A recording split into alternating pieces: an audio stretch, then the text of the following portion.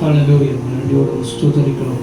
இருக்கிற இடங்களில் கண்களை மூடி ஆண்டவரை நோக்கி ஆண்டவரே நாங்கள் உயர்த்துகிறோம். ஆண்டவரே சர்வ வல்லவரே நன்றியோடு ஸ்தோத்திரிக்கிறோம், நன்றியோடு துதிக்கிறோம். ஆண்டவரே இந்த கால வேளையில் ஆண்டவரே இந்த முகத்தை நாங்கள் தேடி வந்திருக்கிறோம். ஆண்டவரே இந்த சமூகத்தில் வந்திருக்கிறோம். ஆண்டவரே உம்மை உயர்த்துகிறோம், உம்மை உயர்த்துகிறோம், உம்மை உயர்த்துகிறோம்.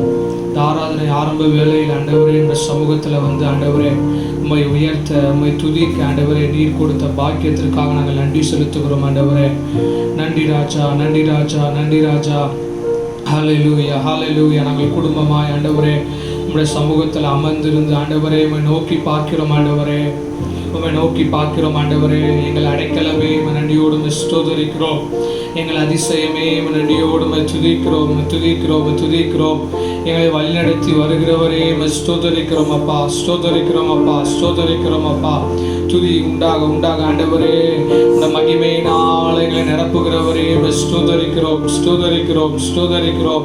ஹல்லேலூயா. உள்ளத்தின் ஆழத்திலிருந்து ஆண்டவரே அப்பா நன்றியோடு துதிக்கிறோம். ஆண்டவரே எங்கள் இருதயத்தில் இருந்து நோக்கி நாங்கள் பார்க்கிறோம். ஆண்டவரே ஹல்லேலூயா. எங்கள் உள்ளத்தை கவனிக்கிறவர், எங்கள் இருதயத்தின் ஆழத்தை அறிந்து வைத்திருக்கிறவர். ஹல்லேலூயா. எங்கள் நினைவுகளை அறிந்து வைத்திருக்கிறவரே நன்றியோடு ஸ்தோத்திரிக்கிறோம். எங்கள் அதிசயமானவரே ஸ்தோத்திரிக்கிறோம், ஸ்தோத்திரிக்கிறோம், ஸ்தோத்திரிக்கிறோம். உன்னதரே துதிக்கிறோம். ஆண்டவரே ஹல்லேலூயா, ஹல்லேலூயா. ஆண்டவரே ராபா ஷாதா ராபா தலபா. இந்த ஆரம்ப வேளையில் ஆண்டவரே உம்மை உயர்த்துகிறோம் அப்பா, உம்மை உயர்த்துகிறோம் அப்பா. எங்கள் மத்தியிலே இறங்கி வாங்க ராஜா. ஹல்லேலூயா. எங்கள் மத்தியிலே அசைவாடுகிற தெய்வமே ஸ்தோத்திரிக்கிறோம், ஸ்தோத்திரிக்கிறோம், ஸ்தோத்திரிக்கிறோம். அன்றைக்கு பவுலும் சீலாவும் துதித்த போது ஆண்டவரே இறங்கி வந்தவர். ஹல்லேலூயா, ஹல்லேலூயா. இந்த கால வேளையில் ஆண்டவரே நாங்கள் துதிக்கும் போது ஆண்டவரே எங்கள் மத்தியிலே இறங்கி வாங்க. ஆண்டவரே எங்கள் மத்தியிலே இறங்கி வாங்கப்பா. ஹல்லேலூயா. ராபா ஷாதா ராபா தலபா. ஹல்லேலூயா. ஒவ்வொரு நாளும் எங்களை ஆண்டவரே கண்மணி போல காத்து வந்தவரே உடைய கிருபைகளுக்காக நன்றி ஆண்டவரே, உடைய இரக்கங்களுக்காக நன்றி ஆண்டவரே, உடைய தயவுக்காக நன்றி ஆண்டவரே. ராபா ஷாதா ராபா தலபா. ஹல்லேலூயா, ஹல்லேலூயா, ஹல்லேலூயா. ரியாந்தரானா மா ஷாதா ராபா தலபா. ஹல்லேலூயா. அரியணையில் வீற்றிருப்பவரே உமக்கே ஆராதனை. ஆட்டுக்குட்டியானவரே உமக்கே ஆராதனை. அரியணையில் வீற்றிருப்பவரே சொல்வோம் உமக்கே ஆராதனை. ஆட்டுக்குட்டியானவரே உமக்கே ஆராதனை. கைகளை உயர்த்தி உமக்கே ஆராதனை,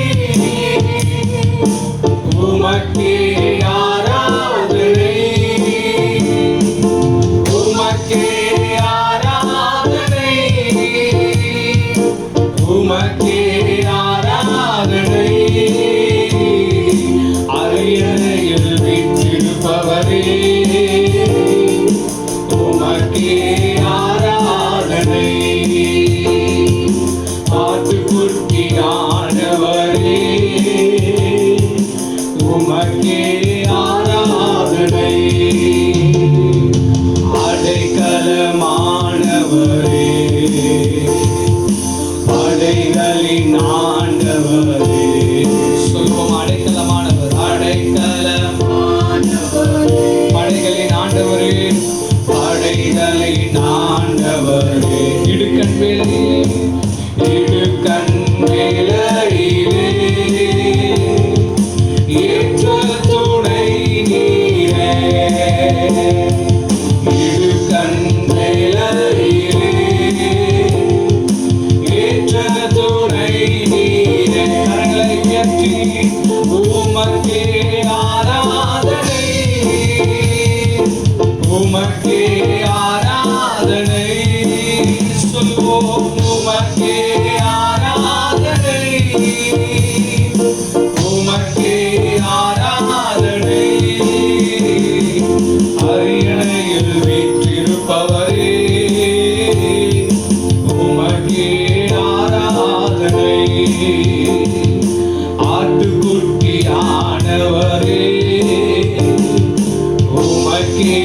ஆராதனை. பக்கம் நின்று வழிபூட்டுவே, பாதுகாத்து பாதுகாத்து பலப்படுத்துகிறே. பக்கம் நின்று வழிபூட்டுவே, பாதுகாத்து பலப்படுத்துகிறே. தீமை அணுகாமல் காத்து சேர்த்திடுவே பரலோகம். தீமை அணுகாமல் காத்து சேர்த்திடுவே பரலோகம். உமக்கே ஆராதனை, உமக்கே ஆராதனை. சொல்லுவோம், உமக்கே ஆராதனை, உமக்கே ஆராதனை. அரியணையில் வீற்றிருப்பவரே, உமக்கே ஆராதனை. ஆட்டுக்குட்டியானவரே, உமக்கே ஆராதனை. சிங்காசனத்திலிருந்து ஆண்டவரே எங்கள் சத்தத்தை கேட்டுக்கொண்டிருக்கிறவரே, நாங்கள் உம்மை உயர்த்தும் போது எங்கள் நடுவிலே உலாவுகிறவரே, ஹல்லேலூயா. உமக்கு நன்றி ராஜா, உமக்கு நன்றி ராஜா, உமக்கு நன்றி ஆண்டவரே. ஒருவராய் சாவாமை உள்ளவராய் ஆண்டவரே எங்கள் மத்தியிலே உலாவுகிறவரே, நாங்கள் நன்றியோடு துதிக்கிறோம் துதிக்கிறோம் துதிக்கிறோம். நீரே உயர்ந்திருப்பீராகப்பா. எங்கள் ஆராதனையில் ஆண்டவரே நீங்க இடைப்படுங்க, எங்களை வழிநடத்தி செல்லுங்க. இந்த கரத்தில் ஒப்பு கொடுத்து ஜெபிக்கிறோம் இயேசு கிறிஸ்துவின் நாமத்தில் பிதாவே, ஆமென்.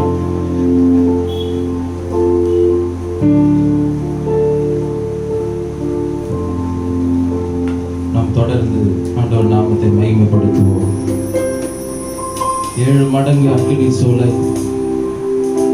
ஒரு பக்கம் சாத்ராக் மேஷாக் ஆபேத்நேகோவை தூக்கி கொண்டு போய் அக்கினி சூளையிலே போடுவதற்கு ஆட்கள் ரெடியாக நிற்கிறார்கள்.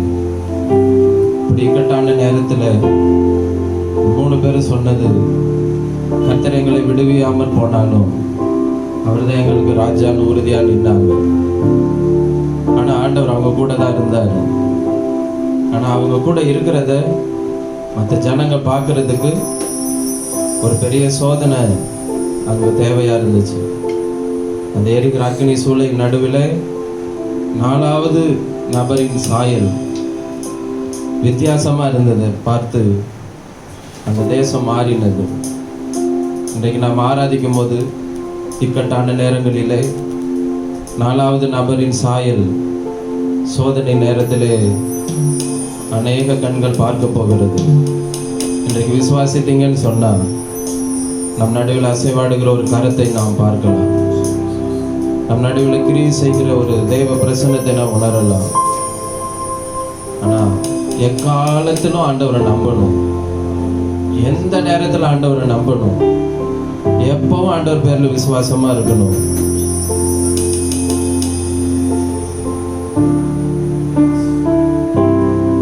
ஜெபித்து கொண்டே இருப்போம், துதித்து கொண்டே இருப்போம்.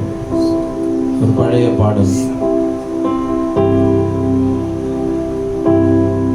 வெள்ளங்கள் புரண்டு மோதினாலும் உள்ளத்தின் உறுதி அசையாதே. வெள்ளங்கள் புரண்டு மோதினாலும் உள்ளத்தின் உறுதி அசையாதே. 7 மடங்கு நெருப்பு நடுவிலும் இயேசு நம்மோடங்கு நடக்கின்றார். எக்காலத்தும் நம்பிடுவோம். திக்கற்ற மக்களின் மறைவிடும் பக்கபலம் பாதுகாப்பும் இக்கட்டில் இயேசுவே அடைக்கலம். பக்கபலம் பாதுகாப்பும் இக்கட்டில் இயேசுவே அடைக்கலம். சேனைகளின் கர்த்தர் நல்லவரே, சேதமின்றி நம்மை காப்பவரே. சொல்லுங்க, சேனைகளின் கர்த்தர் நல்லவரே, சேதமின்றி நம்மை காப்பவரே. சோர்ந்திடும் நேரங்கள் தேற்றிடும் வாக்குகள் சோதனை வென்றிட தந்தருள்வார். சோர்ந்திடும் நேரங்கள் தேற்றிடும் வாக்குகள் சோதனை வென்றிட தந்தருள்வார். எக்காலத்தும் நம்பிடுவோம் திக்கற்ற மக்களின் மறைவிடம். பக்கபலம் பாதுகாப்பும் இக்கட்டில் இயேசுவே அடைக்கலம். பக்கபலம் பாதுகாப்பும் இக்கட்டில் இயேசுவே அடைக்கலம். ஆழத்தினின்று நாம் கூப்பிடுவோம், ஆத்திரமாய் வந்து தப்புவிப்பார். கப்பலின் பின்னணி நித்திரை செய்திடும் கர்த்தர் நம்மோடுண்டு காவலையே. கப்பலின் பின்னணி நித்திரை செய்திடும் கர்த்தர் நம்மோடுண்டு காவலையே. எக்காலத்தும் நம்பிடுவோம் திக்கற்ற மக்களின் மறைவிடம். பக்கபலம் பாதுகாப்பும் இக்கட்டில் இயேசுவே அடைக்கலம். பாடுவோம். எக்காலத்தும் நம்பிடுவோம் திக்கற்ற மக்களின் மறைவிடம். பக்கபலம் பாதுகாப்பும் இக்கட்டில் இயேசுவே அடைக்கலம். காத்திருந்து பலன் பெற்றிடுவோம், கர்த்தரின் அற்புதம் கண்டிடுவோம். ஜீவனானாலும் மரணமானாலும் நம் தேவனின் அன்பில் நிலைத்திருப்போம். எக்காலத்தும் நம்பிடுவோம் திக்கற்ற மக்களின் மறைவிடம். பக்கபலம் பாதுகாப்பும் இக்கட்டில் இயேசுவே அடைக்கலம். பக்கபலம் பாதுகாப்பும் இக்கட்டில் இயேசுவே அடைக்கலம். சோர்ந்து போனாங்க, ஒரு புது பலத்தோட சொல்லி பாருங்க. எக்காலத்தும் நம்பிடுவோம் திக்கற்ற மக்களின் மறைவிடம். பக்கபலம் பாதுகாப்பும் இக்கட்டில் இயேசுவே அடைக்கலம். நீங்க எல்லாரும் சொல்லி பாருங்க. எக்காலத்தும் நம்பிடுவோம் திக்கற்ற மக்களின் மறைவிடம். பக்கபலம் பாதுகாப்பும் இக்கட்டில் இயேசுவே அடைக்கலம். பக்கபலம் பாதுகாப்பும் இக்கட்டில் இயேசுவே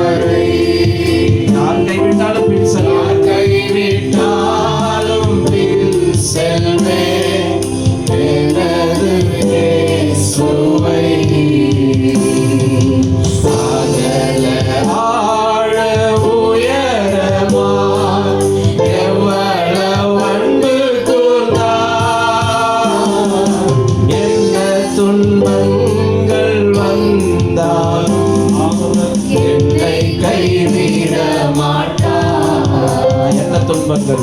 என்ன துன்பங்கள் வந்தாலும் அவர் என்னை கைவிட மாட்டார். அகல ஆழ உயரமாய் ஆழ உயரமாய் எவ்வளவு அன்பு கூர்ந்தார். அகல ஆழ உயரமாய் எவ்வளவு அன்பு கூர்ந்தார். தலோகமோ வந்தாலும் அவர் என்னை கைவிட மாட்டார். கைவிடவே மாட்டார். என்ன துன்பங்கள் வந்தாலும் என்னை கைவிட மாட்டார். காக்கும் வல்ல மீட்பர், காக்கும் வல்ல மீட்பர் உண்டெனக்கு உண்டெனக்கு உண்டெனக்கு.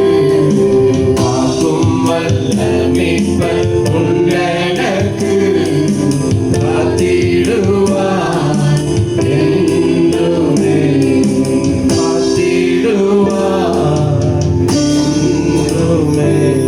இயற்கைக்கு அப்பாற்பட்ட ஒரு அற்புதம் ஆராதிக்கிற அந்த வேலையில உங்க மேல வரப்போகிறது.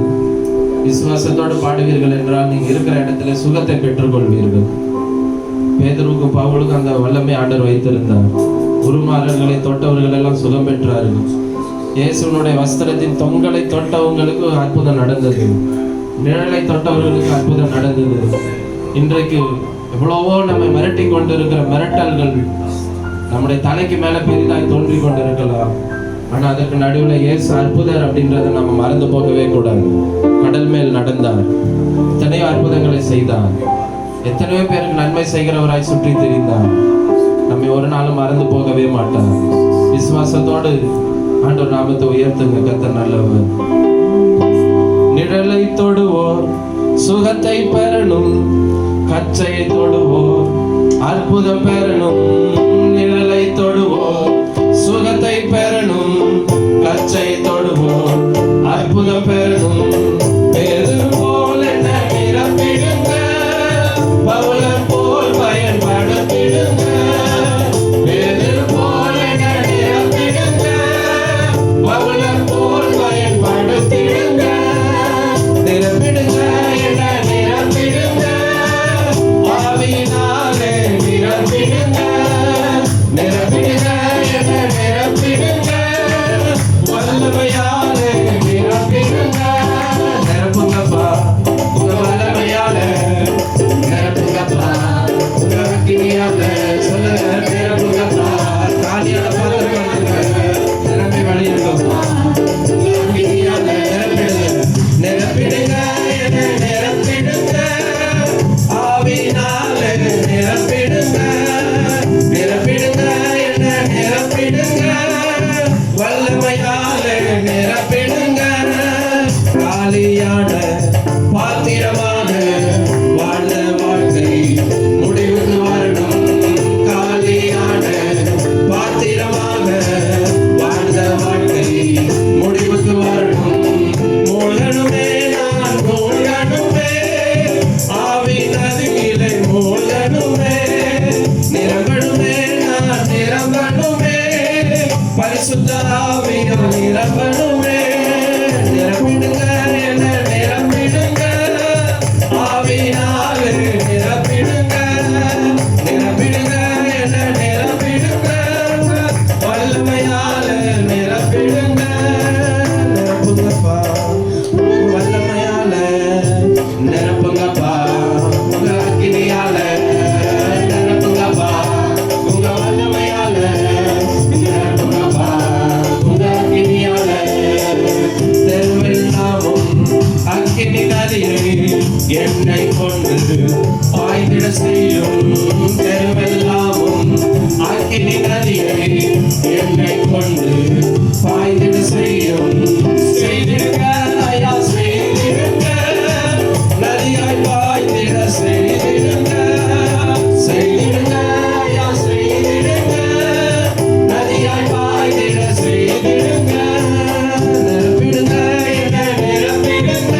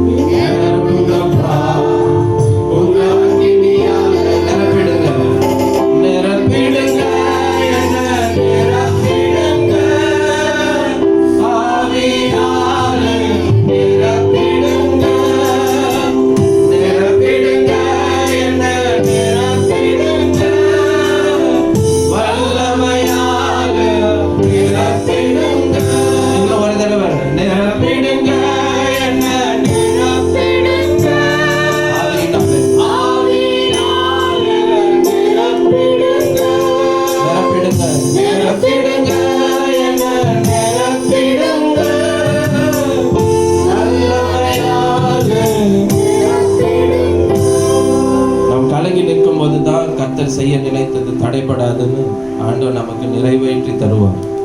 நம்ம சோர்ந்து போகிற நேரங்களில் தான் ஆண்டவருடைய சத்துவம் அதிகமாக நம்ம மேலே இறங்கி வரும். புது பலத்தோடு ஆண்டவருடைய சமூகத்தை தேடுவோம். கர்த்தர் நம்மை நிரப்புவார்.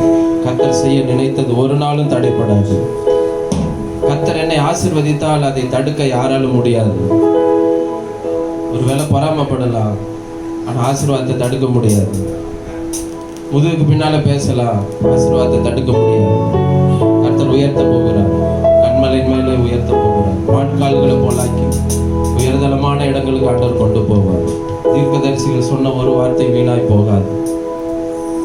அதாவது ஆவில நிரம்பி சொல்ற ஒரு வார்த்தையும் கீழே தரையில் ஆண்டவர் விடவே மாட்டார். எல்லாவற்றையும் அதன் எதிர்காலத்தில் நிறைவேற்றுவார். விசுவாசத்தோடு இருப்போம். கர்த்தர் செய்ய நினைத்தது அது தடைபடாது. என் தேவன் என்னை ஆசீர்வதித்தால் தடுப்பது யாரு? கர்த்தர் செய்ய நினைத்தது அது தடைபடாது. என் தேவன் என்னை ஆசீர்வதித்தால் தடுப்பது யாரு? என் தேவனால் நான் உயருவேன். என் தேவனால் நான் பெருகுவேன். என் தேவனால் நான் உயருவேன். என் தேவனால் நான் பெருகுவேன். நிச்சயம் நடக்கும், நிச்சயம் நடக்கும். சுற்றியுள்ள கண்கள் அதை பார்க்கும். என்னை சுற்றியுள்ள கண்கள் அதை பார்க்கும். என் தேவனால், என் தேவனால் நான் உயருவேன். என் தேவனால் நான் பெருகுவேன். என் தேவனால் நான் உயருவேன். என் தேவனால் நான் பெருகுவேன். நிச்சயம் நடக்கும், நிச்சயம் நடக்கும். சுற்றியுள்ள கண்கள் அதை பார்க்கும். என்னை சுற்றியுள்ள கண்கள் அதை பார்க்கும். கலங்கி நின்ற போது அழைத்து நின்ற போது கலங்கி நின்ற போது கலங்காத என்றாரு. தனித்து நின்ற போது நான் இருக்கிறேன் என்றாரு. கருப்பிடித்து நான் உன்னை விட்டு விலகேன். நான் உன்னை என்று கைவிட்டேன் என்றாரு. கருப்பிடித்து நான் உன்னை விட்டு விலகேன். நான் உன்னை என்று கைவிட்டேன் என்றாரு. என் தேவனால், என் தேவனால் நான் உயருவேன். என் தேவனால் நான் பெருகுவேன். என் தேவனால் நான் உயருவேன். என் தேவனால் நான் பெருகுவேன். நிச்சயம் நடக்கும், நிச்சயம் நடக்கும். சுற்றியுள்ள கண்கள் அதை பார்க்கும். என்னை சுற்றியுள்ள கண்கள் அதை பார்க்கும். நான் முடியாது என்ற போது முடியும் என்றாரு. மனம் தளர்ந்த போது திகழ்கொள் என்றாரு. முடியாது என்ற போது முடியும் என்றார். திகழ்கொள் என்றாரு. கர்த்தர் எந்த அருகில் யாவும் செய்வேன். தேவை பார்த்துக் கொள்வேன் என்றாரு. கர்த்தர் எந்த அருகில் யாவும் செய்வேன். தேவை பார்த்துக் கொள்வேன் என்றாரு. என் தேவனால், என் தேவனால் நான் உயருவேன். என் தேவனால் நான் பெருகுவேன். என் தேவனால் நான் உயருவேன். என் தேவனால் நான் பெருகுவேன். நிச்சயம் நடக்கும், நிச்சயம் நடக்கும். சுற்றியுள்ள கண்கள் அதை பார்க்கும். என்னை சுற்றியுள்ள கண்கள் அதை பார்க்கும். விசுவாசத்துல ஒரு அடி மேல உயர்ந்து நல்லா கை தட்டி இருக்கிற இடங்கள்ல கொஞ்சம் சத்தமா, இன்னும் கொஞ்சம் வேகமா, என் தேவனால் நான் உயருவேன். என் தேவனால் பெருகுவேன்னு பாட போகணும். சபையார எல்லாம் ஒரு மடமா இணைந்து கொஞ்சம் சேர்ந்து நல்லா சுறுசுறுப்பா கொஞ்சம் வேகமா இந்த ஒரு வரி இந்த ஒரே ஸ்டான்ஸா 2 முறை நான் பாடுவோம். என் தேவனால் நான் உயருவேன். என் தேவனால் நான் பெருகுவேன். என் தேவனால் நான் உயருவேன். என் தேவனால் நான் பெருகுவேன். நிச்சயம் நடக்கும், நிச்சயம் நடக்கும்.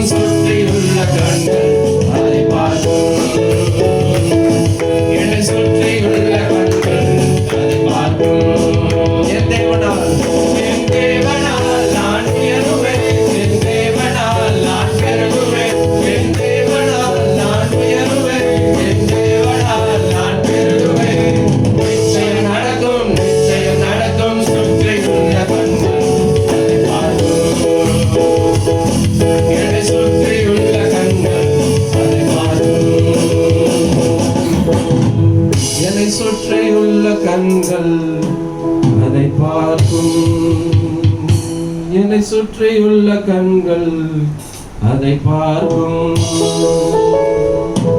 உங்களை நடத்துங்க, தேவைகளை யாவையும் கர்த்தர் சந்திங்க. ஆச்சரியமான கரைகள் நடுவில் இறங்கி வரட்டும். இயேசுவின் நாமத்தில் பிதாவே, ஆமென்.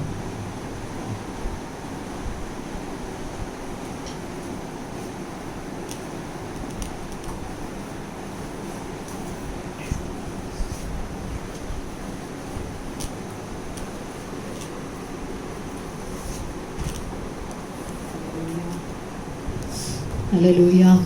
நாம் நம்முடைய சபையின் தேவைகளுக்காக, தேவையுள்ளவர்களுக்காக நாம் ஜெபிக்க போகிறோம். அப்படியே நம்முடைய தேசங்களுக்காக, தேசங்களை பாழாக்கி கொண்டிருக்கிற இந்த கொள்ளை நோயின் பிடிகளிலிருந்து விடுதலை கிடைக்க எல்லாரும் நல்ல ஜெப ஆவியில் நிறைந்தவர்களாய் பரிசுத்த ஆவியின் வல்லமை நம்மை நிரப்பும்படி ஆமென். ஆவியானவர் தாமே வாக்கு கடங்காத பெருமூச்சுகளோடு நம்மோடு கூட சேர்ந்து ஜெபிக்கிறவர், நமக்காக விண்ணப்பம் பண்ணுகிறவர், அவரோடு கூட இணைந்து நாம் ஆமென் ஜெபிக்க போகிறோம். நல்ல ஆவியில் நிரம்பி அந்நிய பாஷைகளை பேசி ஆவிக்குள்ளாவோம். ஹல்லேலூயா, ஹல்லேலூயா, ஹல்லேலூயா, ஹல்லேலூயா. பயங்கள் மாறட்டும், திகில்கள் மாறட்டும், குழப்பங்கள் மாறட்டும். ஆமென். விடுதலை வரட்டும். வீடுகளுக்குள்ளே இருந்தாலோ ஆமென் தேவ வல்லமை நம்மை நிரப்பத்தக்கதாய், தேவனுடைய அபிஷேகிக்கிற வல்லமை நம்மை ஆமென் நிரப்பி ஆமென். ஹல்லேலூயா, ஹல்லேலூயா. ஆவியானவர் எங்கு உண்டோ அங்கு விடுதலை உண்டு என்று எழுதியிருக்கிறபடி ஒரு விடுதலை ஆமென் தேவன் நம்முடைய உள்ளங்களிலே, இல்லங்களிலே கட்டளையிடும்படியாய், நம்முடைய தேசத்துல கட்டளையிடும்படியாய், உலக மக்கள் மத்தியிலே கட்டளையிடும்படியாய் எல்லாரும் நல்ல ஆவியானவருக்கு நம்ம விட்டு கொடுத்து ஹல்லேலூயா, ஹல்லேலூயா, ஹல்லேலூயா, ஹல்லேலூயா. ஓரியம் தரபலபௌ சந்தர கதரபதுர பலபௌரியம் கரபலபஹ ஓரியா கதரபதுர பலபௌரியம் கரபலபஹ. ஹல்லேலூயா, ஹல்லேலூயா, ஹல்லேலூயா, ஹல்லேலூயா. ஆண்டவரே, இந்த மட்டும் நாங்கள் பாடி ஆராதித்த தேவன் விடுதலை தருகிறவர். ஆண்டவரே, எங்களை கண்ணோக்கி பார்க்கிறவர், எங்களுக்கென்று நியமித்ததை எப்படியும் நிறைவேற்றுகிற நல்ல தேவன். ஆண்டவரே, எங்கள் வாழ்க்கையை ஆண்டவரே பசுமையாய் மாற்றுகிறவர். ஆண்டவரே, எங்களை ஆண்டவரே புல்லுள்ள இடங்களிலே மேய்த்து அமர்ந்த தண்ணீர்கள் அண்டையிலே கொண்டு போய் விடுகிற நல்ல ஆண்டவர். ஆண்டவரே, நாங்கள் எந்த சூழ்நிலையில் இருந்தாலும் சூழ்நிலைகளின் மேல் அதிகாரம் உள்ள தேவன் நீராய் இருக்கிறபடினால் ஆண்டவரே உம்மை நாங்கள் நன்றியோடு கூட ஸ்தோத்திரிக்கிறோம். ஆண்டவரே, உம்மை நாங்கள் துதிக்கிறோம் ஆண்டவரே. இந்த நாளிலும் ஆண்டவரே அப்பா, இந்த சபைக்குள்ள தேவையோடு இருக்கிற எல்லாரையும் நாங்கள் நினைக்கிறோம். விசேஷமாய் கர்ப்ப காலங்களிலே ஆண்டவரே பிரசவ நாளை எதிர்நோக்கி இருக்கிற பிள்ளைகள் ஒவ்வொருவரையும் நாங்கள் ஒப்பு கொடுத்து ஜெபிக்கிறோம். ஷீபா பாஸ்கருக்காக ஜெபிக்கிறோம், சுகன்யாக்காக, சுஹாசினிக்காக ஜெபிக்கிறோம், சோஃபியாக்காக, மகாக்காக ஜெபிக்கிறோம், விஜய் ஆபேஸ் ஒப்பு கொடுக்கிறோம். ஆண்டவரே அப்பா, யாமினியை ஒப்பு கொடுத்து ஜெபிக்கிறோம், ஆண்ட்ரியாவுக்காக ஜெபிக்கிறோம், ஜீவிதா, கெசியா எல்லாரையும் ஒப்பு கொடுத்து ஜெபிக்கிறோம். ஆண்டவரே, இவர்களுடைய பிரசவ காலங்களை ஆண்டவர் ஆமென் பலனுள்ளதாக்கி, பயங்களுக்கு விடுதலை ஆக்கி, ஆண்டவரே மனுஷர்கள் கண்கள்ல தயவை தந்து காலங்கள் சூழ்நிலைகளை இவங்களுக்கு அனுகூலமாக்கி தர ஜெபிக்கிறோம். ஆண்டவரே, உம்முடைய கரம் இவர்களை தாங்கி நடத்த ஜெபிக்கிறோம். ஆண்டவரே, வியாதிகள் பலவீனங்கள்ல இருக்கிற ஆண்டவரே பீட்டர் பிரதருக்காக, வெங்கடேஷ் பிரதருக்காக ஜெபிக்கிறோம், குபேந்திரன் ஐயாவை ஒப்பு கொடுத்து ஜெபிக்கிறோம், சுஜாதாவுக்காக ஜெபிக்கிறோம், சுகந்தி குடும்பத்தை ஒப்பு கொடுக்கிறோம், ஈஸ்வரிக்காக ஜெபிக்கிறோம், டாஃப்னி ஒப்பு கொடுத்து ஜெபிக்கிறோம், குள்ளமான்கிற ட்ரிப்ளிகேன்ல இருக்கிற அந்த வயதீப அம்மாவுக்காக ஜெபிக்கிறோம். ஆண்டவரே, பலவீனங்களை மாற்றி இப்படிப்பட்ட நேரங்கள்ல ஆண்டவரே டாக்டர்கிட்ட போகிறதுக்கு கூட பயந்து போய் இருக்கிற நிலைமைகள்ல ஆண்டவரே இவர்களை வியாதி பலப்படுத்தி பலன் எடுத்து இவர்களை ஆண்டவரே ஒன்றும் சேதமடையாதபடிக்கு ஆண்டவரே அப்பா சேதப்படுத்தாதபடிக்கு எங்கள் ஆண்டவர் காத்துக்கொள்ள ஆண்டவரே உம்முடைய கரங்கள்ல ஒப்பு கொடுத்து ஜெபிக்கிறோம். எங்க சபையில உள்ள ஆண்டவரே எல்லா பிசினஸ் பீப்புளை ஒப்பு கொடுத்து ஜெபிக்கிறோம். ஆண்டவரே, வருமானங்கள் இல்லாமல் வெறுமைகளையும் ஆண்டவரே போராட்டங்களையும் சந்திக்கிற குடும்பங்களை எல்லாவற்றையும் நாங்கள் நினைக்கிறோம். ஆண்டவரே அப்பா, எந்த சூழ்நிலையிலும் ஆண்டவரே எங்களை ரட்சிக்க வல்லமை உள்ளவர். ஆமென். ஆண்டவரே, இதோ நான் உன்னை ரட்சிக்கும்படிக்கு உன்னோடு கூட இருக்கிறேன் என்று சொன்ன தேவன்.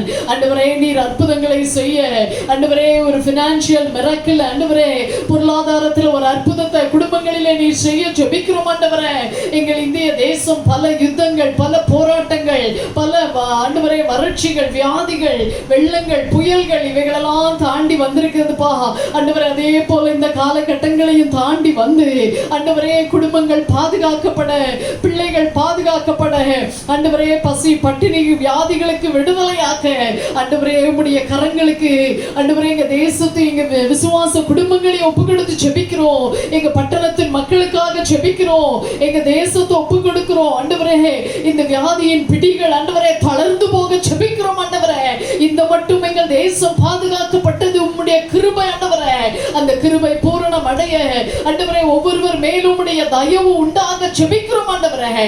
இயேசுவே அப்பா உம்முடைய கரம் பொறுப்பெடுத்துக் கொள்ள ஜெபிக்கிறோம். எங்கள் தேவனுடைய வல்லமை குடும்பங்களை ஆளுகை செய்ய ஜெபிக்கிறோம். விசேஷமா ஆண்டவரே இந்த ஆண்டவரே கொள்ளை நோய்களில ஆண்டவரே முன்பதாக நின்று ஆண்டவரே வேலை செய்கிற டாக்டர்ஸுக்காக நர்சஸுக்காக ஜெபிக்கிறோம். போலீஸ் டிபார்ட்மெண்ட்ல உள்ளவர்களை ஒப்பு கொடுக்கிறோம் ஆண்டவரே. போஸ்டல் டிபார்ட்மெண்ட்ல இன்னும் ஆண்டவரே அப்பா திங்கட்கிழமையிலிருந்து திறக்க போகிற எல்லா அலுவலகங்கள் ஆண்டவரே போக்குவரத்து எல்லாவற்றிலும் ஆண்டவரே அப்பா ஜனங்கள் மத்தியிலும் உம்முடைய கிருபை வெளிப்பட ஜெபிக்கிறோம். இந்த தொற்றெல்லாம் வல்லமை இழந்து போக கட்டளை இடுகிறோம்.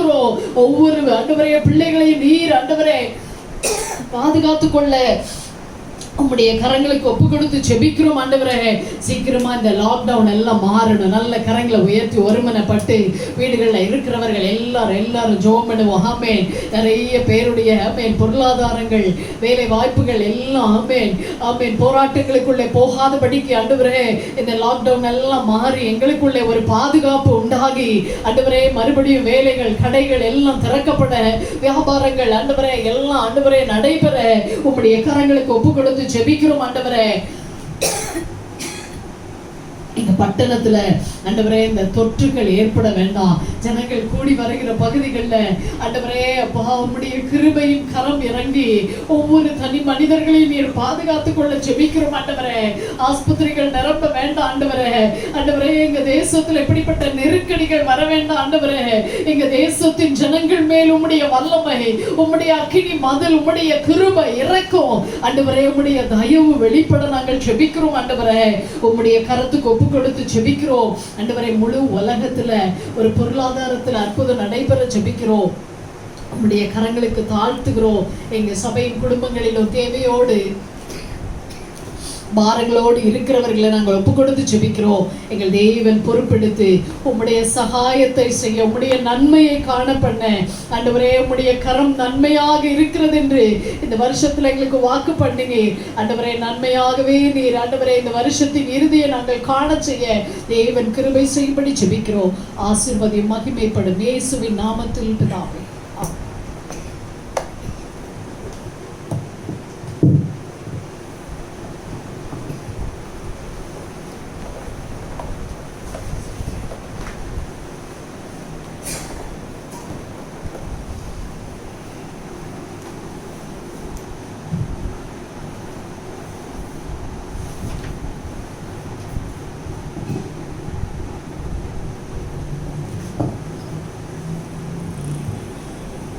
Praise the Lord.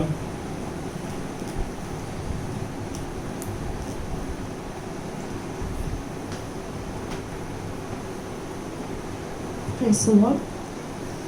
கர்த்தருடைய நாமம் மகிமைப்படுவதாக. May God's name be glorified. மறுபடியும் இந்த காணொளியின் வாயிலாக உங்களை சந்திப்பதில் மகிழ்ச்சி அடைகிறோம். I'm happy to see you virtually this morning. நீங்கள் அத்தனை பேரும் இதை கவனிக்கிறீர்கள் என்று நம்புகிறோம். We hope that all of you are listening to the service through this. இந்த நாளிலும் உங்களோடு தொடர்ந்து நான் பேசி வருகிற திருச்சபையை குறித்த அந்த நிருபங்களிலிருந்து நாம் கர்த்தருடைய வார்த்தையை தியானிக்கிறோம். We're going to look at different churches and we're going to continually meditating on these verses and we're going to look into it today as well. நான் ஏற்கனவே சொன்னது போல அப்போஸ்தலனாகிய பவுல் சபைக்கு சத்தியங்களை வெளிப்படுத்தும்படி நிருபங்களை எழுதுகிறார். As I said before, Apostle Paul is writing to the churches to reveal truths and facts. ஆனால் யோவான் அதே சபைகளுக்கு எழுதும் பொழுது சபை எப்படி நடக்க வேண்டும் என்பதை வலியுறுத்துகிறார். But when John writes these books, he writes how this church has to be led. இன்றைக்கு நாம் பெர்கமு சபையை குறித்து சுருக்கமாய் தொடர்ந்து சிந்திக்க இருக்கிறோம். We're going to look into the church of Pergamus today. இந்த பெர்கமு என்று நீங்க கவனிக்க வேண்டியது என்னன்னு கேட்டா இது சபைக்கு சொல்லப்பட்டது. What you need to understand is that this is a message for the church. ஒருவேளை நாம் இன்றைக்கு சபையாய் கூடி வருகிற சூழ்நிலையை நாம் இழந்திருக்கலாம். We might have lost our opportunity to gather together in the church today. இந்த தொற்று நிமித்தம் நாம் இந்த சூழ்நிலையில கடந்து போனாலும் We might be going through this because of the pandemic. ஆனால் திருச்சபைக்கு தான் நிருபம் எழுதப்படுகிறது. But the book or the words is written for the church. சபைக்கு வெளியே கிறிஸ்தவம் இல்லை என்று சொல்லலாம். There is no Christianity outside church. இதை சபை மக்கள் விளங்கிக் கொள்ள வேண்டும். Church people need to understand this. விரைவாக நாம் கூடி வருதலையும் நீங்கள் எதிர்பார்க்க வேண்டும். You need to expect to come back to church. இப்பொழுது உங்க வீடுகளிலே நீங்கள் ஆராதிக்க உங்களை உற்சாகப்படுத்துகிறோம். We are encouraging you to worship in your home today. சபை என்ற வார்த்தைக்கு பொருள் எக்லீசியா என்று சொல்லப்படுகிறது. Church means ecclesias. அதற்கு கிரேக்கத்திலே பைசாட்டினியம் என்ற வார்த்தை வருகிறது. In Greek, the word used is bysatinium. அன்றைக்கு பைசாட்டினம் என்றால் In those days, what it means is that போர்க்கால அடிப்படையில் கூடி வந்து புதிய மாற்றங்களையும் முடிவுகளையும் எடுக்கிற கூட்டத்துக்கு பைசாட்டினியம் என்று பெயர். In those days, the word bysatinium in Greek means that people who gather together for war and discuss and make changes.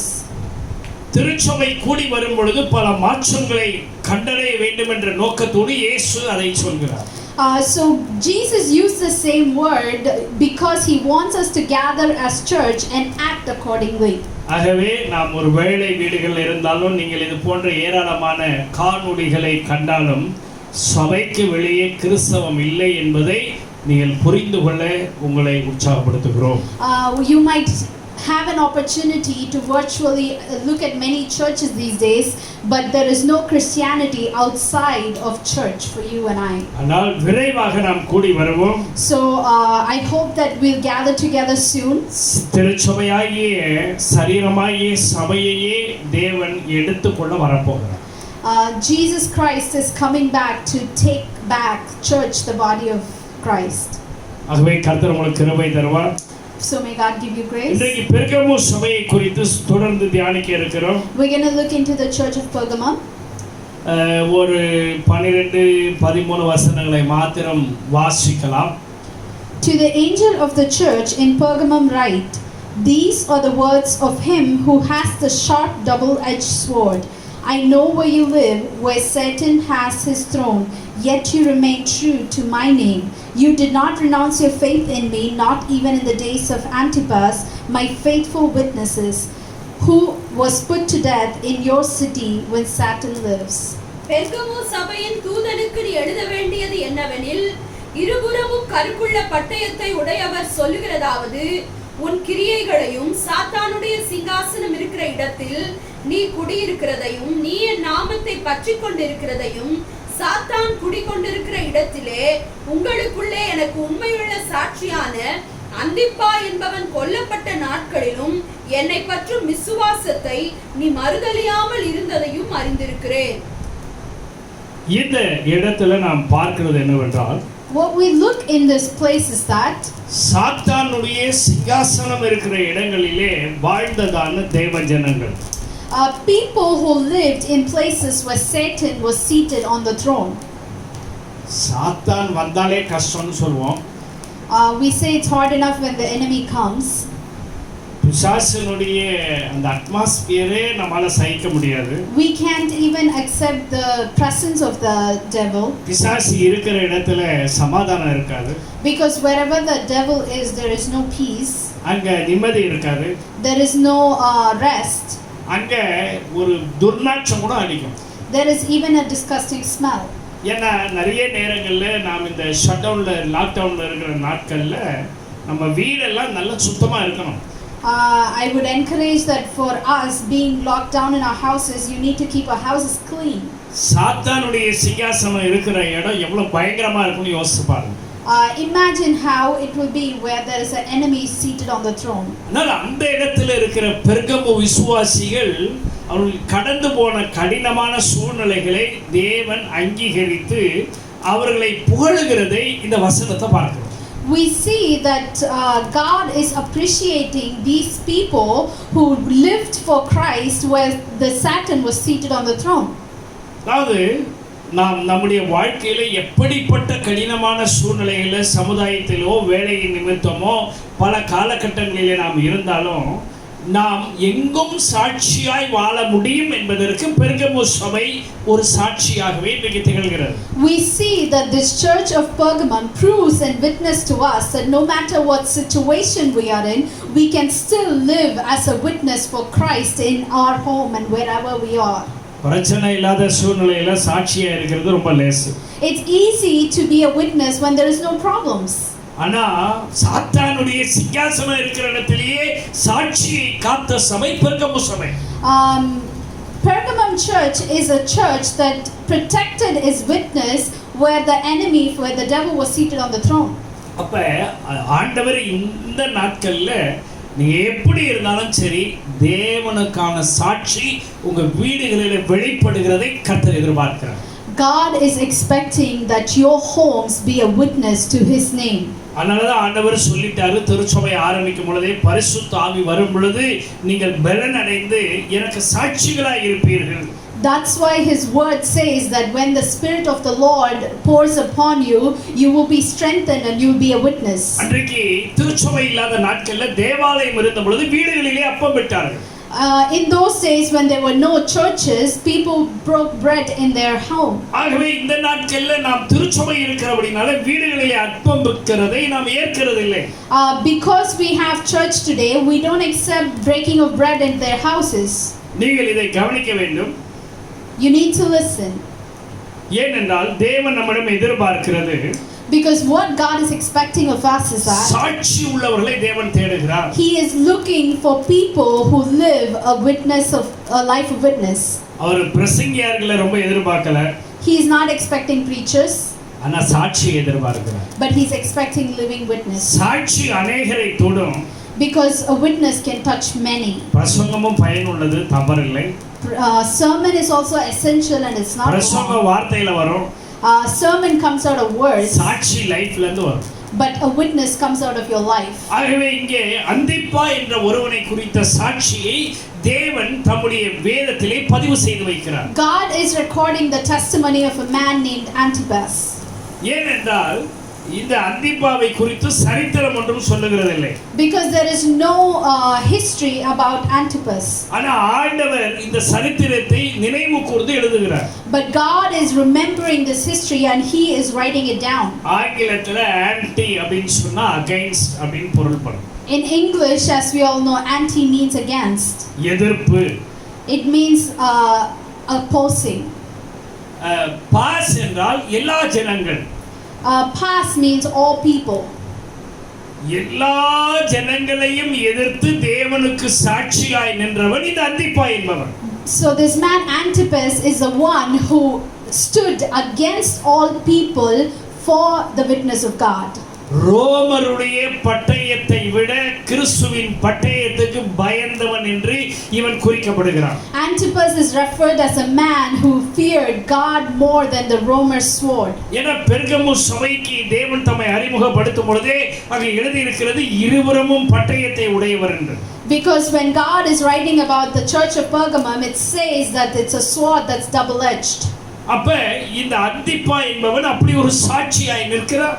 Antipas is one that lived with such witness. ஒருவேளை நீங்க சபைக்கு வந்து ஆராதிக்காவிட்டாலும், maybe you, even if you're not able to come to church and worship, நாம் செய்த ஏராளமான ஊழிய வாய்ப்புகளை இந்த நாட்களில் இழந்திருந்தாலும், we may lose a lot of ministerial opportunity in this moment, நீங்கள் சாட்சியாய் இருக்கிறது மிகப்பெரிய தேவனுடைய ஆயுதம் என்பதை மறக்க கூடாது. you have to remember that it is essential for you to stay as a witness for God. ஏன்னா அதை விட ஒரு பெரிய ஆயுதம் தேவனுக்கு இல்லை. Because there is no other weapon that's more powerful in God's hand. அந்திப்பா என்ற ஆயுதத்தையே தேவன் இங்க கையில எடுக்கிறார். Because God is taking the weapon of Antipas to his hands. அவர் பெர்கமு சபையை உற்சாகப்படுத்த சொல்கிறார். He is encouraging the church of Pergamum. ஆகவே இந்த நாட்களிலே, so in these days, நீங்க அந்திப்பாவை போல நாம் அக்கம் பக்கம் வீடுகளோட பழகும் பொழுது உங்கள் சாட்சியை காத்துக்கொள்ளுங்கள். so like Antipas, when you are mingling with your neighbors around you, protect your testimony and witness.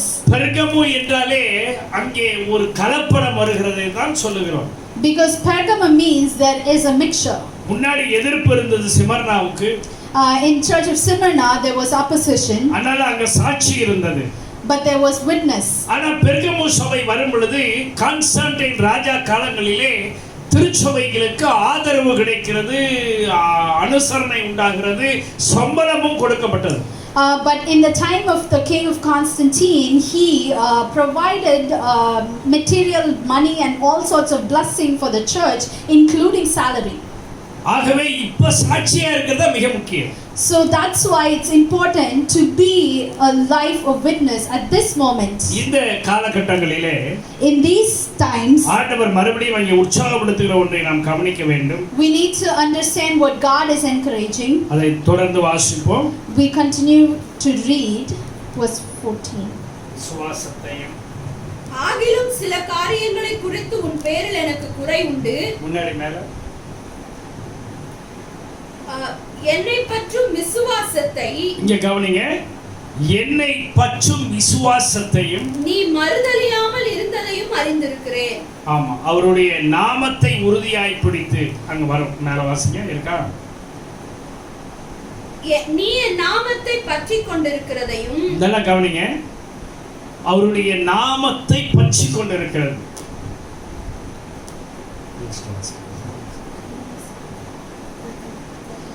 I know where you live, yet you remain true to my name. You did not renounce your faith in me, not even in the days of Antipas, my faithful witness.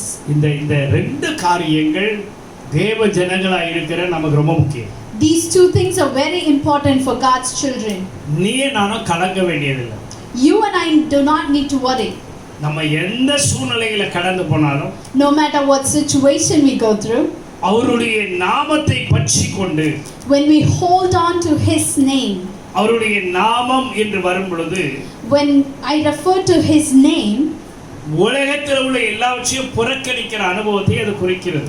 it refers to letting go of everything else in the world.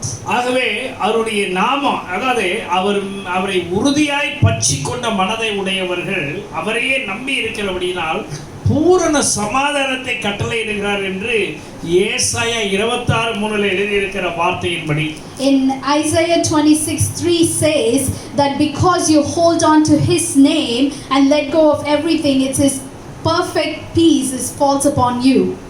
கவனிங்க, Listen up. அவருடைய நாமத்தை இந்த நாட்களில் உறுதியா பிடிங்க. Hold on to God's name in these days. நாம் கேட்கிற செய்திகளை கண்டு கலங்க வேண்டாம். Do not be worried about the messages that you hear. அது ஒரு பக்கம் உண்மையாயே இருந்தாலும், Even if it's true, அது முடிவல்ல. it's not the end. முடிவு அல்பாவும் ஒமேகாவும் இருக்கிற தேவனிடம் மாத்திரம்.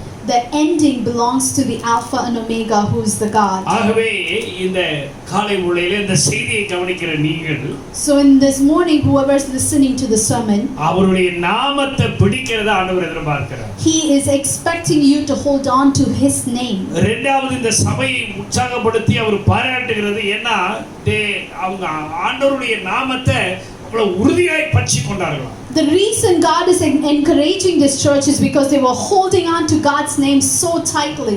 இரண்டாவது, அவருடைய விசுவாசத்தை எந்த காலகட்டங்களில் மறுதலிக்கவில்லை. அது ஒரு தனித்தன்மை வாய்ந்தது என்பதை தேவன் இங்கு கோடிட்டு காண்பிக்கிறார். God is intentionally pointing out that the fact none of them renounce God's name at any situation or circumstances. விசுவாசம் பல நிலைகளிலே வேதத்திலே சொல்லப்படுகிறது.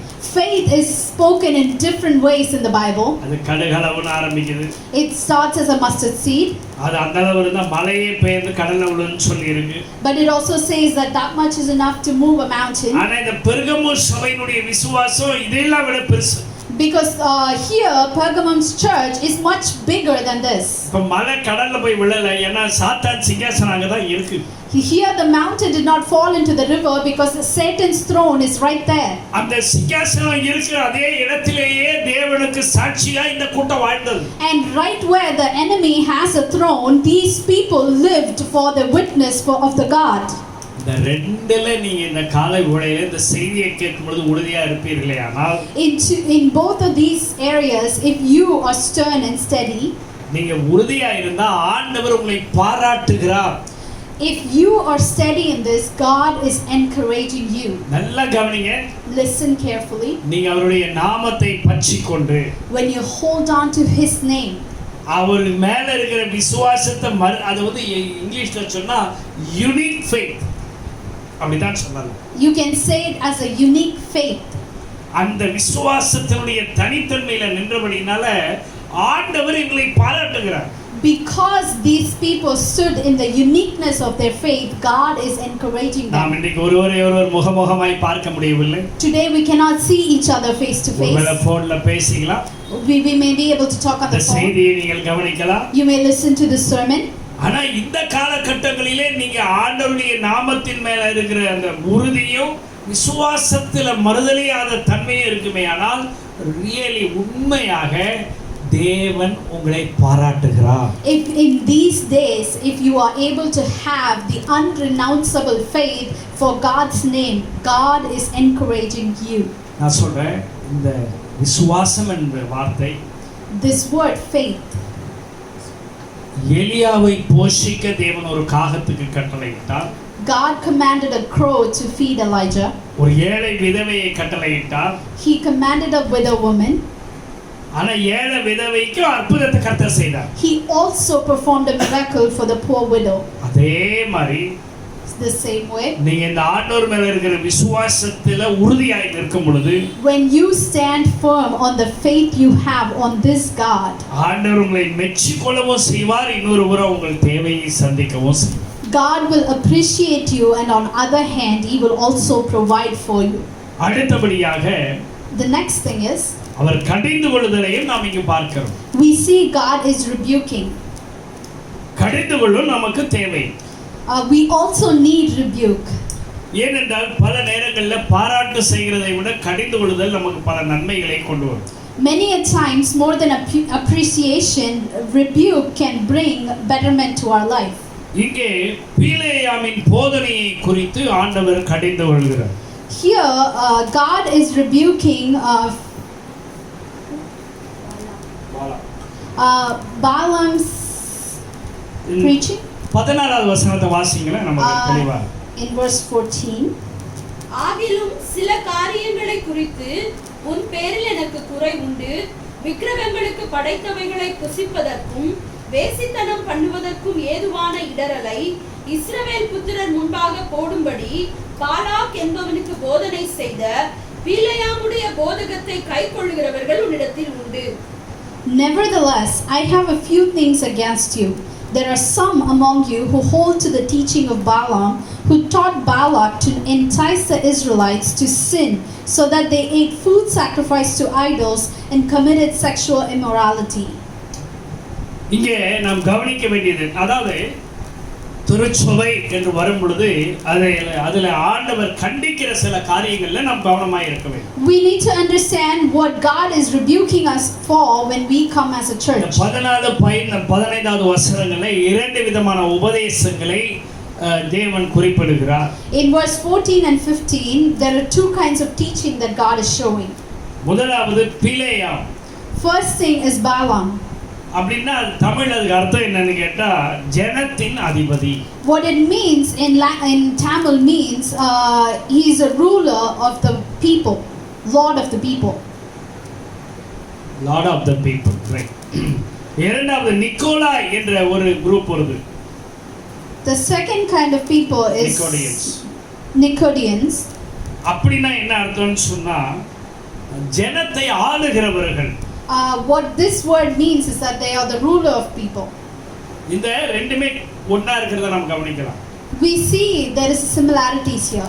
சபைக்குள்ள தேவன் நம்மை மனம் திரும்ப அழைக்கிற இந்த ரெண்டு உபதேசங்களுக்கு திருச்சபை எச்சரிக்கையா இருக்க வேண்டும். The church need to be aware of these two teachings that God is warning us to be about.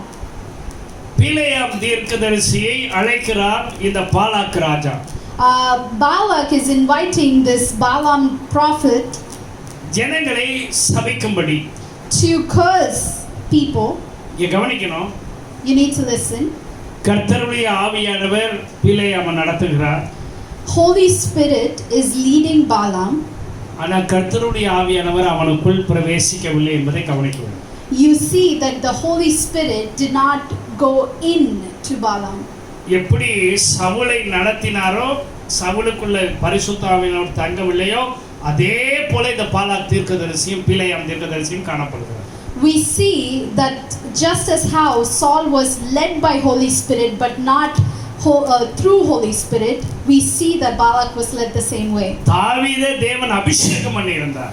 David was anointed by God. சவுலுக்கு ஆண்டவர் அதை தர விரும்பினார். God intended to give it to Saul as well. ஆனா சவுல் அதுக்கு இடம் தரவே இல்லை. Saul. But Saul never gave God an opportunity. அதனால அவன் வீழ்ச்சியை சந்திக்கிறான். Hence he faced downfall. ஏன் பிலேயாமை தேவன் இப்படி நடத்தினார் என்ற கேள்விக்கு பதில் நமக்கு தேவையில்லை. We don't know why God led Balaam this way. அவனை அழைக்கிறான் இந்த பாலாக் ராஜா. This King Balak is inviting him. ஆனால் ஆண்டவர் அவன் வாயை திருப்பி ஆசீர்வாதத்தை இஸ்ரவேலுக்கு கட்டளையிடுகிறார். And God switches his mouth and makes him bless the Israelites. ஆகவே அவன் வெகுமதியை இழக்க வேண்டிய சூழ்நிலை வருகிறது. Hence it comes to a place where he have to lose his prize. ஏன்னா அவனுக்கு வெகுமதி ரொம்ப பிடிக்கும். Because he loves gifts. அப்ப அவனால வெகுமதியை இந்த பாலாக் தந்து விடுகிறான். The king Balak is giving him the prize. அப்ப இவனுக்கு ஒரு குற்ற மனசாட்சி இந்த பிலேயாமுக்கு வந்து விடுகிறது. And that's when this prophet Balaam feels a guilt. ஏன்னா பணத்தை வாங்கிட்டோம், ஒண்ணுமே இந்த ராஜாவுக்கு செய்யவில்லையே என்று. He felt that he got the money from the king, but we haven't done anything for the king. ஆனா ஒரு மோசமான காரியத்தை தூண்டி விட்டு சென்று விடுகிறார். So he triggers a worse situation. இதுதான் பிலேயாமின் உபதேசமாய் வேதத்திலே பார்க்கிறோம். This is the teaching of Balaam. ஏன்னா நல்ல பாம்பு நிறைய நேரம் கடிக்கணும்னு அவசியம் இல்லைம்மா. They say many a times that a snake doesn't have to just bite. கோபுரா. A cobra. ஏன்னா கடிச்சாதான் விஷம் வரணும்னு அவசியமே இல்லை. Because it's not just through the bite that you feel the சில sting. நல்ல பாம்பு தூரமா இருந்து விஷத்தை துப்பியே எல்லாத்தையும் கொண்டு வரும். Some cobra can be far away and just spit the venom and kill you. சும்மா ரெண்டு வார்த்தை அப்படி தூரமா பார்த்து சொல்லிட்டு போனாலே கதை முடிஞ்சு.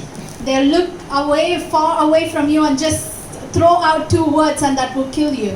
பிலேயாமினுடைய காரியங்களை அப்படிதான் நம்ம இங்க பார்க்கிறோம். That's how we see Balaam's இதை teaching. நீங்க கரெக்டா பார்க்கணும்னா என்னாகுமா 24-25. When we look into Numbers chapter 24 verse 25. என்னாகுமா 24-25.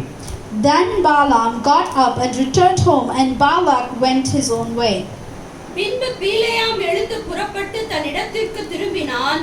பாலாகும் தன் வழியே போனான். இங்க இப்படிதான் நம்ம பார்க்கிறோம். We see this is what's happening. ஆனா அடுத்த அதிகாரம் ஆரம்பிக்கும் பொழுது But when the next chapter begins, என்னாகுமா 25:1 in first verse of chapter 25, while Israel was staying in Shittim, the men began to indulge in sexual immorality with Moabite women. இஸ்ரவேல் சித்தீமிலே தங்கி இருக்கையில் ஜனங்கள் மோவாபின் குமாரத்திகளோடு வேசித்தனம் பண்ண தொடங்கினார்கள். இது இப்படி பிளண்டா ஆரம்பிக்கிறத பார்க்கலாம். We see how it begins so abruptly.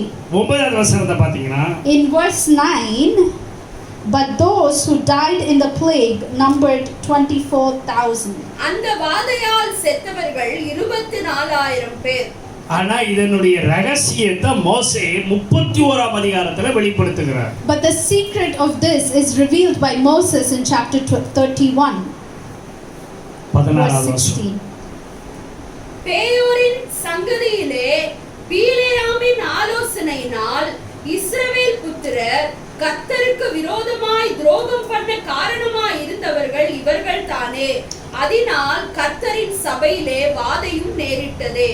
They were the ones who followed Balaam's advice and enticed the Israelites to be unfaithful to the Lord in the poor incident, so that a plague struck the Lord's people.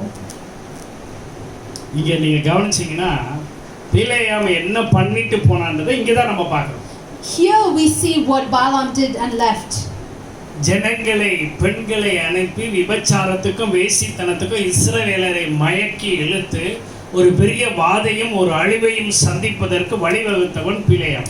Because Balaam created a path and a way to send prostitutes and women and entice them in order to turn them away from God, and in the end they ended up with plague. வேடிக்கையா சொல்வோம்னா, It's funny to say, வாலிப பிள்ளைகள் youth, வாலிப வயசுல எல்லாத்துக்குமே ஹீரோவா இருக்கணும்னு ஆசை. in your youthfulness everybody wants to be a hero. இந்த பிலேயாம் உபதேசம் உள்ளவர்கள் People with Balaam teaching, நேரா வருவாங்க, they'll come, பையனை பார்த்து சொல்லுவாங்க, they look at the guy and say, சூப்பரா இருக்க பாருங்க, they'll say you're very good, ஸ்மார்ட்டா இருக்கிறாமா, they'll say you're very smart, உன்னை பார்த்தாலே எப்படி இருக்கு தெரியுமா அப்படிம்பாங்க. they'll say how great it is to just look at you. அடுத்து ஏதாவது ஒரு அழகான ஒரு பொண்ணை காமிச்சு உனக்கு அவதான் மேட்ச்ட்டு போயிடுவாங்க. Next they'll show you a pretty girl and say that's the match. இவன் நல்லா இருந்த பையன் லூஸ் மாதிரி ஆயிடுவான். And this guy who was very good will become crazy. இத பொண்ணுகிட்டயும் ஒரு பொண்ணு சொல்லும், Even a woman says this to another வேற woman. மாதிரி அது சொல்லும். It will be different. அதே மாதிரி பையன்கிட்டயும் சொல்லி போயிடுவான். And the same way they'll also say that to a ஒருவேளை guy. ஆவிக்குரிய நிலையில வளர்ந்து வரக்கூடியவனா இருந்தான்னா இவன் கதை முடிஞ்சு. If he is someone who's growing in his spiritual life, his journey ends right there. ஆனா கவனிக்கணும், பிலேயாம்னுடைய உபதேசமே இந்த பெர்கமுக்குள்ள வந்துருச்சு.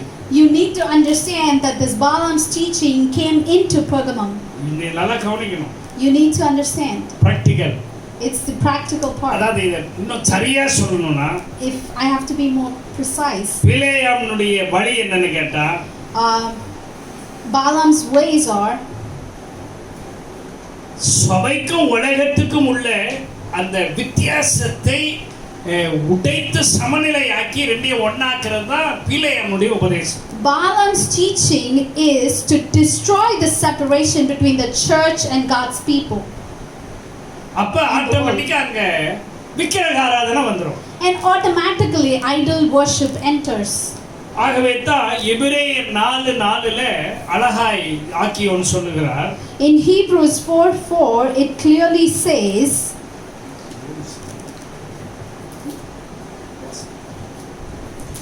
எபிரேயர் 4:4 யாக்கோபு 4:4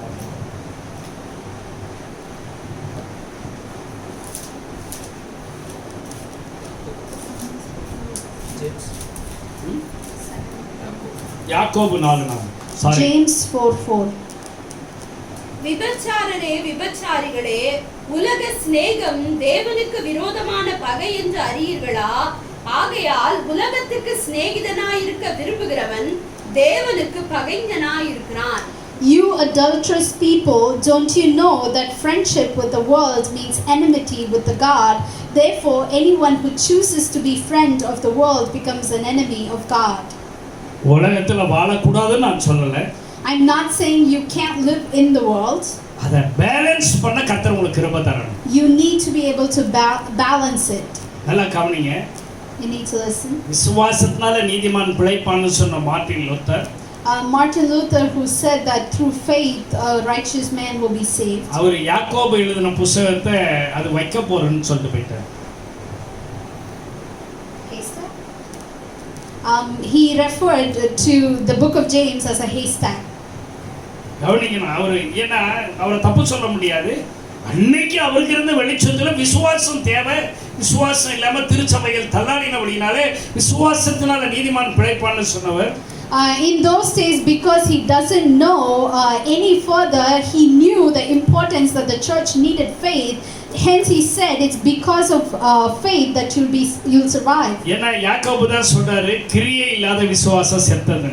Because it's James who says that faith without action is dead. வேலையே யாக்கோபு சொல்றாரு. James refers to the action. விசுவாசத்தை எபிரேய ஆக்கியோன்னு சொல்றான். Hebrew says about faith. அப்ப இந்த ரெண்டையும் நீங்க இந்த பிலேயாம் உபதேசம் எங்க வந்து சிக்குது அப்படின்னு சொன்னா, நீங்க இதிலே மத்தேயு 6:24 வாசிங்களேன். When we read Matthew 6:24, இரண்டு எஜமான்களுக்கு ஊழியம் செய்ய ஒருவனாலும் கூடாது, ஒருவனை பகைத்து மற்றவனை சிநேகிப்பான், அல்லது ஒருவனை பற்றிக் கொண்டு மற்றவனை அசட்டை பண்ணுவான். தேவனுக்கும் உலக பொருளுக்கும் ஊழியம் செய்ய உங்களால் கூடாது.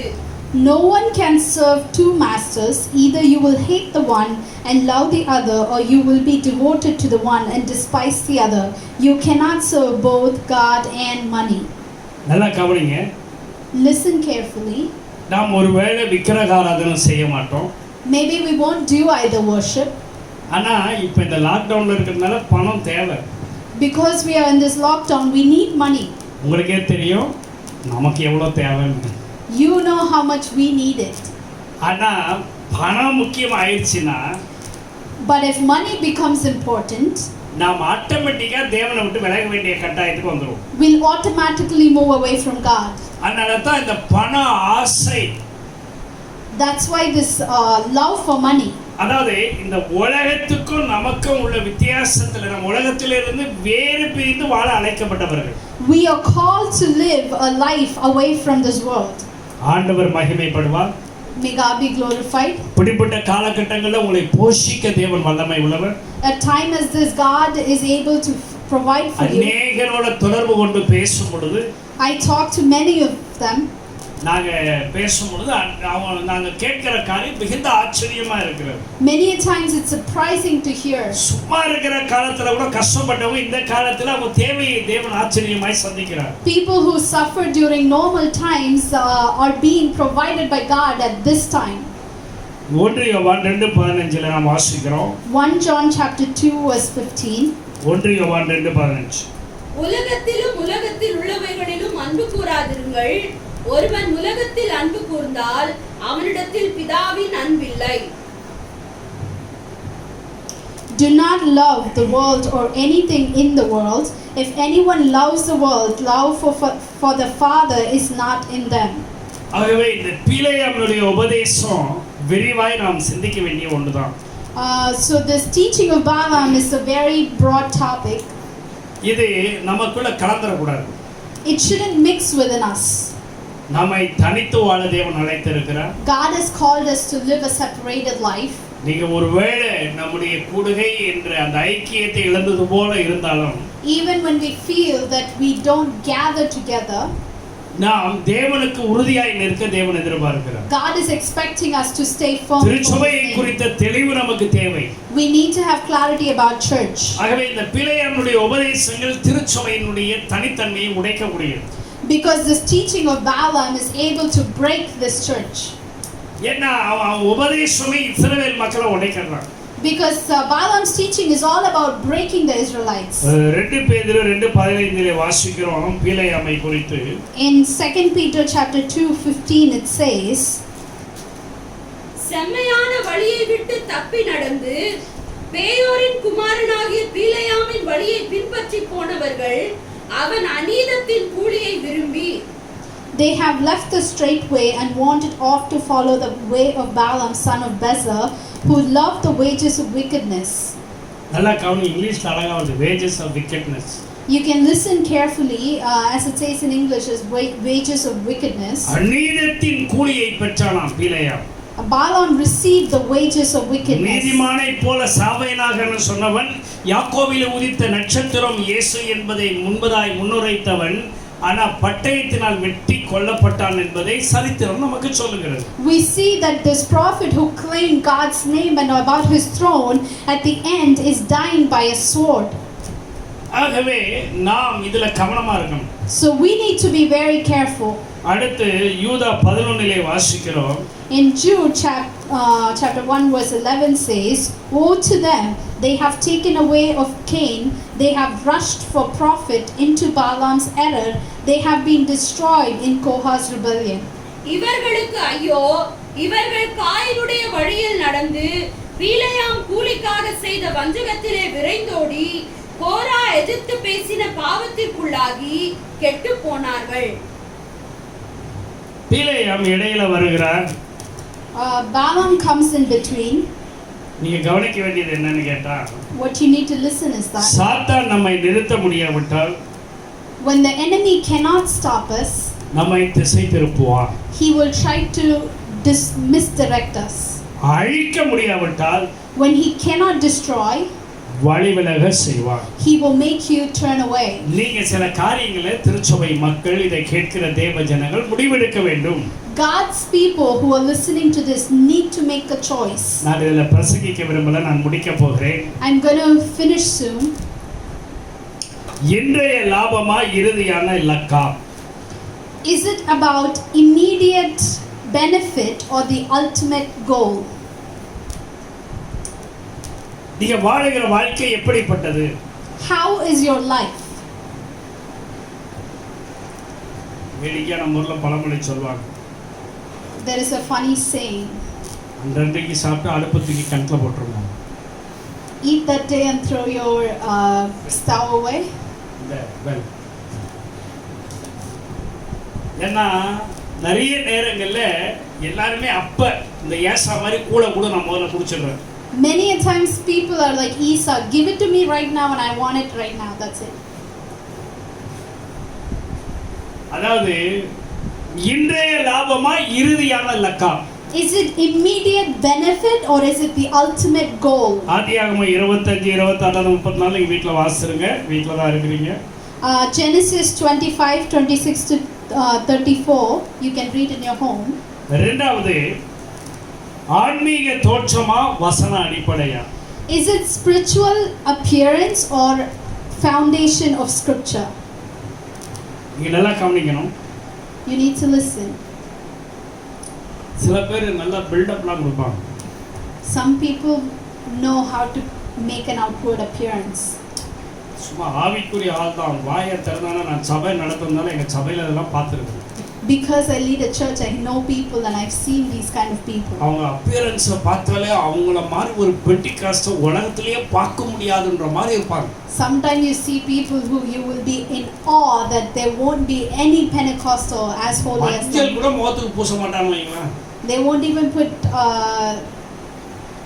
mustard on their face. அப்படியே பாரம்பரியமா அந்த பெண்டிகாஸ்ட் மாதிரி இருப்பாங்க. They will be such Pentecostal in their traditions. பேசுனாங்கன்னா ஆவிக்குரிய தான் பேசுவாங்க. Even if they open their mouth and speak, it's all spiritual அது language. எப்படின்னு கேட்டா அந்த கொசு இல்லாம வடிகட்டி ஒட்டகத்தை முடிக்குவாங்க. It's like you filter out every tiny thing, but they end up swallowing the camel. நான் இதெல்லாம் நான் சபையில பார்த்துருக்கேன். I've seen this in church. நாங்க சொன்னா விசுவாசிங்க அந்த நேரம் கேட்கல. And believers at that time won't believe it. அப்புறம் வந்து புலம்புறாங்க, பாஸ்டர் நீங்க சொன்னீங்க நாங்க கவனிக்கல, எங்களுக்கு இவ்வளவு பணம் போச்சு, எங்களுக்கு அவ்வளவு பணம் போச்சு. இவங்களுக்கு ஒரே ஆசை பண ஆசை தான். Many a times we warn the believers but they don't listen. Later they come back and cry to us that we lost so much money to these people. ஏன்னா இந்த அப்பியரன்ஸ்லயே சில பேர் இந்த அப்பியரன்ஸ்லயே ஏமாந்துருவாங்க. Many people will be fooled by the appearance. இந்த நம்ம ஈசாக்கு ஏமாந்தாரு பாருங்க, யாக்கோபை தடவி பார்த்து. Just the way Isaac was fooled by touching Jacob's outer look. தடவி பார்த்து. By feeling his skin. எனக்கு கண்ணு தெரியலையே. Because he couldn't see. இந்த மாதிரி ஏமாந்துறாரு. So don't be fooled.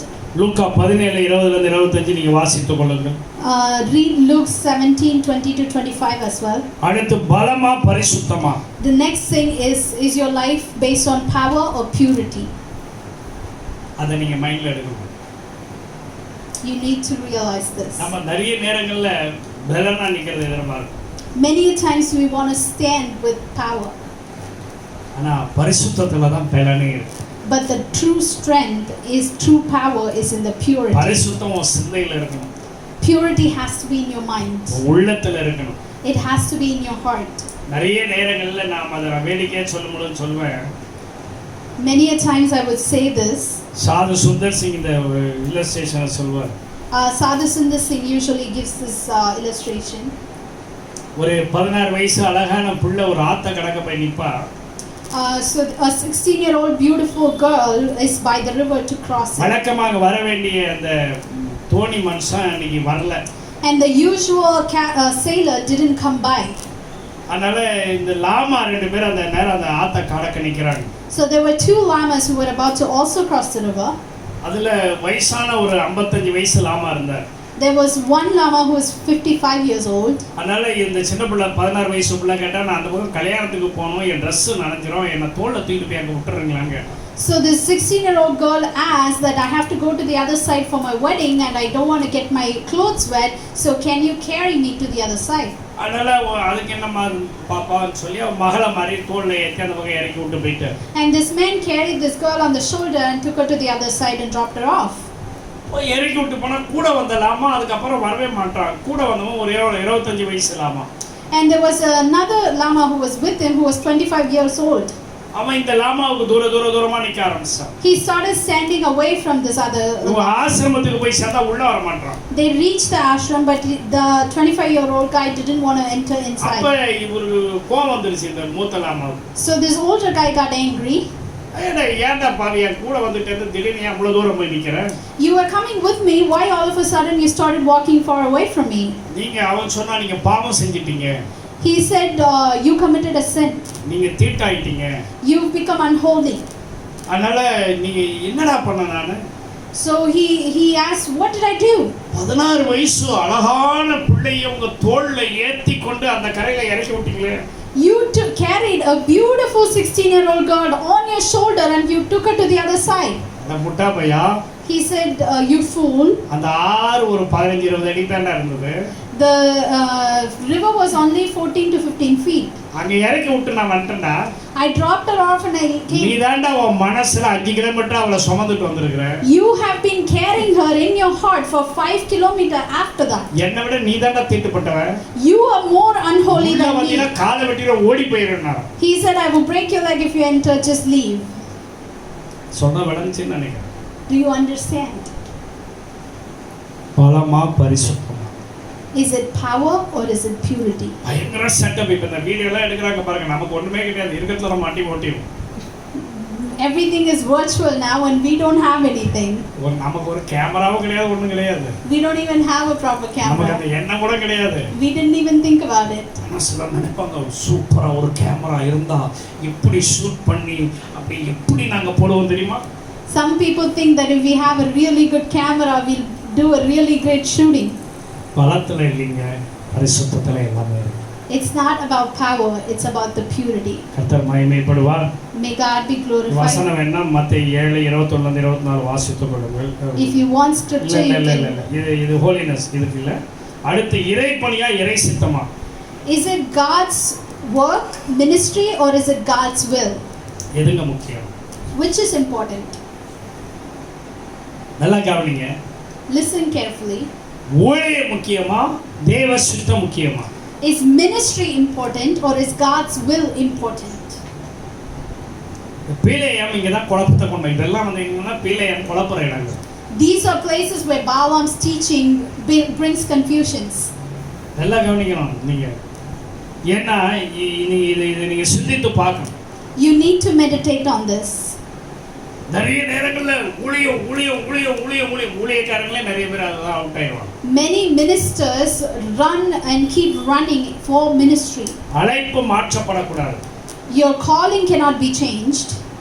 நம்ம செய்ய வேண்டிய ஊழியங்கள் தேவ சித்தப்படி தான் இருக்கணும். The ministry we do has to be God's will. இறைப்பணி இறை சித்தத்துல தான் நடக்கணும். God's ministry can only happen in God's will. இறைப்பணியை உங்க இஷ்டத்துக்கு நீங்க செய்ய முடியாது. You cannot do God's will, God's work as you அத please. பெண்ட் பண்ணவும் கூடாது. You cannot bend ministry. அமெரிக்காவுல வந்து பஸ்ல சர்ச் வச்சிருந்தாங்க, இந்த சில்ட்ரன் சீட்டிங்ல சர்ச் ஆரம்பிச்சாங்கன்னு கதை கேட்கலாம். We can hear that in US people started ministry on a bus. அப்புறம் சில்ட்ரன் சீட்டிங் மால்ல எல்லாம் சர்ச் ஆரம்பிச்சாங்க. In mall they've started church. எழுப்புதல் வந்துச்சு. There was revival. உண்மை. It is true. அந்த நாட்டுக்கு It is for that country. அந்த டைம்ல For that season. அந்த சூழ்நிலையில In that situation. திருச்சபை மங்கி இருந்த நாட்கள்ல When churches were dull. ஆண்டவர் இதை யூஸ் பண்ணாரு. God used these. இதை நாம ஃபாலோ பண்ண முடியாது. We cannot just follow it. நம்ம டவுன் பஸ்ல போய் நீங்க சர்ச் ஆரம்பிச்சீங்கன்னா அவ்வளவுதான் உங்க கதை. We cannot start our church in our public transportation. ஆனா ஒருவேளை இப்ப லாக்டவுன்லாம் முடிஞ்சு ரிலீஸ் ஆகும்போது ஆரம்பிக்கலாம். ஏன்னா ரொம்ப பேர் ஏற முடியாது. I guess now that there's a lockdown, after that we can start since not many people will use it. ஏன்னா ஒருத்தர் பார்க்கலாம். so we may be able to நம்ம see தான் each வைக்க போற other's மாதிரி face. ஏறிட்டு போங்க டவுன் பஸ்ல. Usually we are way too crowded in the bus. ஃபாரின்ல அதெல்லாம் right. In that country it worked. அவங்க எல்லாம் qualified people. They were qualified to do that. நம்ம ஆளுங்க போய் ஒரு வாட்டி ஊழியத்துக்கு போனாங்களாம். Our people once went for ministry. அவங்க இயேசுநாதரை பத்தி அந்த பிரசங்கர் பயங்கரமா பிரசங்கம் பண்ணியிருக்காரு. The preacher spoke greatly about Jesus. ஜனங்கள்லாம் அந்த கிராமத்து மக்கள் ஒரே வாஞ்ச. And all these people were hunger for word. இவர் இன்னமா அழைப்புலாம் கொடுத்தாரு, ஒண்ணுமே கூட்டத்துல நடக்கல. He finally gave a calling but nothing happened. இறங்கி வந்துட்டாரு. He left and came. அப்ப ஜனங்க கேட்டாங்க, And all the people asked. இயேசுன்னு ஒருத்தர் சொன்னீங்களா, அவர் எப்ப வருவார், அவரை பார்த்துட்டு நாங்க போறதுக்கு வெயிட் பண்றோம்னா. They all said, we are waiting for this guy you kept saying Jesus, when is he going to come so we can see him? நல்லா கவனிக்கணும். You need to listen carefully. நிறைய நேரங்கள்ல தேவ சித்தப்படி நம்ம ஊழியங்களை செய்யணும். We need to do ministry as per God's will. ஒரு ஊழியக்காரர் போய் ஒரு இடத்துல ஊழியத்துக்கு போயிருக்காரு. A minister once went for our ministry. கொஞ்சம் அந்த நாடக பாணியில மினிஸ்ட்ரி பண்ணுவார். He does ministry through drama and theatre. நல்ல பெரிய ஊழியர். He's a very famous அவர் என்ன minister. பண்ணாரு, இயேசு மாதிரி காஸ்டியூம் போட்டு ஒரு ஆளை கொண்டு வந்தார்.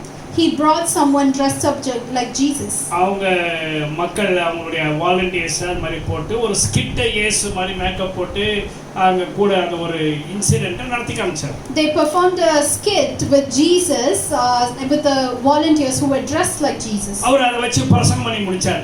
He did an entire sermon based on that. அது முடிக்கும் பொழுது இவர் எல்லாம் முடிச்சு சொன்னாரு, யார் நீங்க எல்லாம் உங்களுக்கு ஜெப தேவை இருந்தா என்கிட்ட வாங்க, நான் ஜெபம் பண்றேன்னு.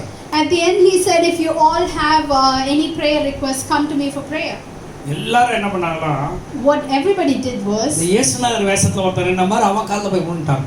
everybody fell on this man's feet who was dressed like Jesus. அதாவது தேவனுடைய ஊழியத்தை தேவ சித்தத்தோடு செய்யணும். You need to do God's ministry in God's will. மத்தேயு 7:21-24 இங்க வாசித்துக் கொள்ளுங்கள். You can read Matthew 7:21-24. கடைசியாய் ஒரு குறிப்பை சொல்கிறேன். The last point I'd like to share.